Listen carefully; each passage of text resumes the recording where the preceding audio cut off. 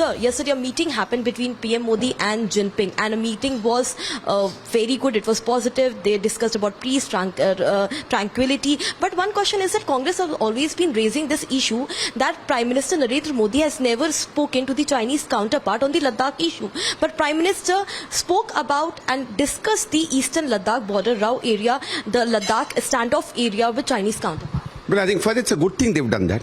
Secondly, see, if the Prime Minister has spoken to the Chinese Premier, obviously there was a need to speak, no? You don't speak about issues about which there is no need to speak.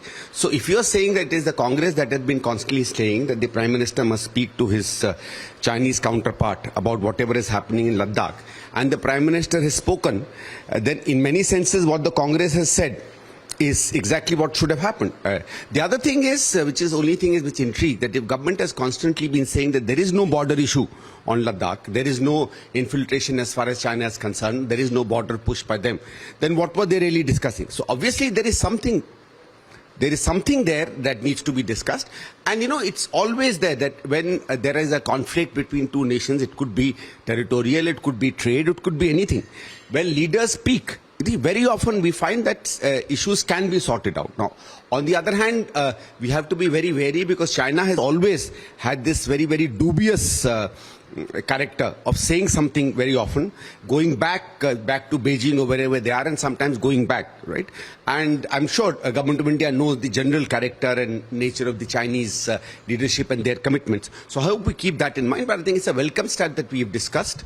Hopefully, China will step back, and the kind of, this little, prickly thing that they keep doing on the border all the time, in whatever maybe there are the things that will probably stop.